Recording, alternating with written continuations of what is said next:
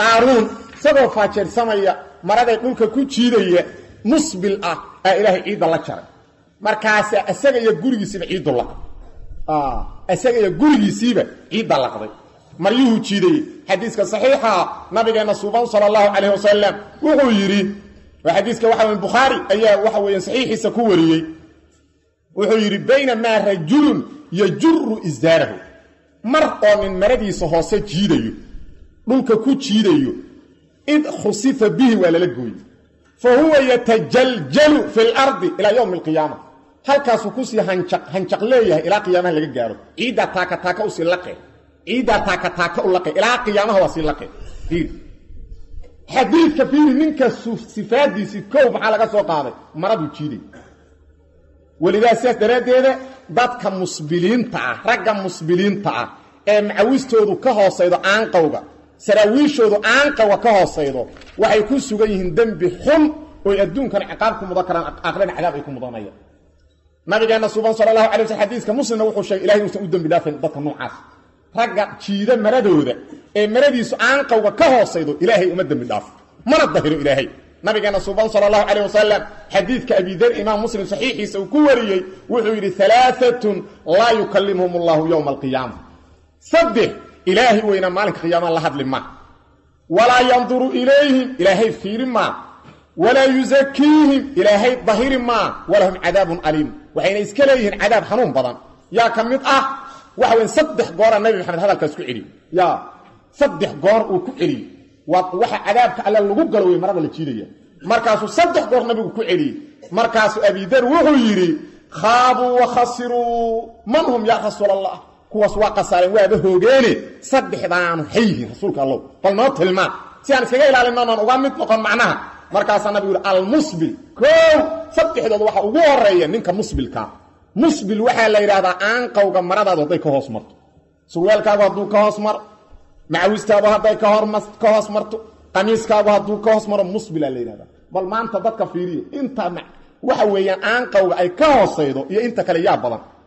aktharka waxa badan waxa weyn intay ka hooseydo markuu masaajidka soo galayo laaba markuu iridda ka baxana waa deysana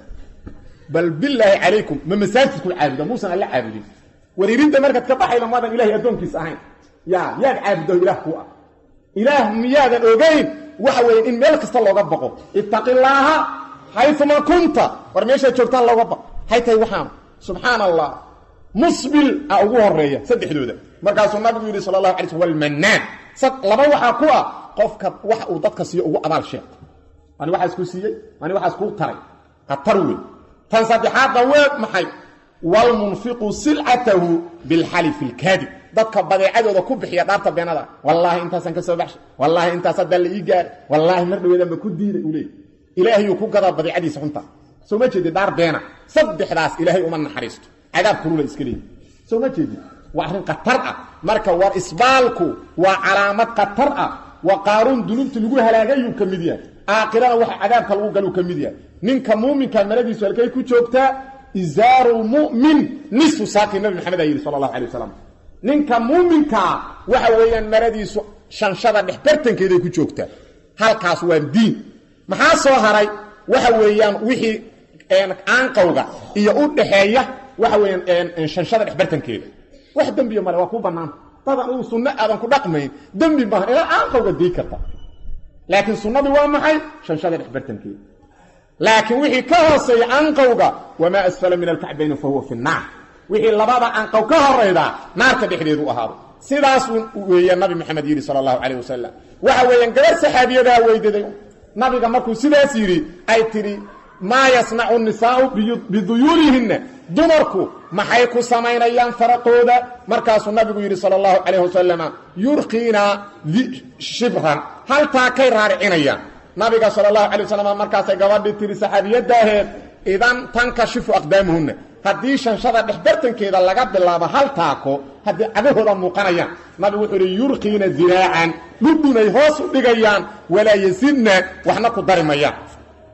soo ma jeedid marka ilaahay wuxuu yiri subhana fa khasafna wa lagoynay bihi qaru iyo wa bidaarihi gurigiisiiba al-ardh dhulkan la jarnay فما كان له أما سغنان من فئة كوح داسو ينصرونه قارون أقرقارة من دون الله الله كسو في حالة هذه كوح أقرقارته وحو مال لها لمهلين قف عذابك إلهي كالدفاع إذا مالك كالدفاع إن عذابك إلهي وما كان أصنع كما متنقون من المنتصرين كوة قرقار سده وعذاب إسكالية أصنع من نقون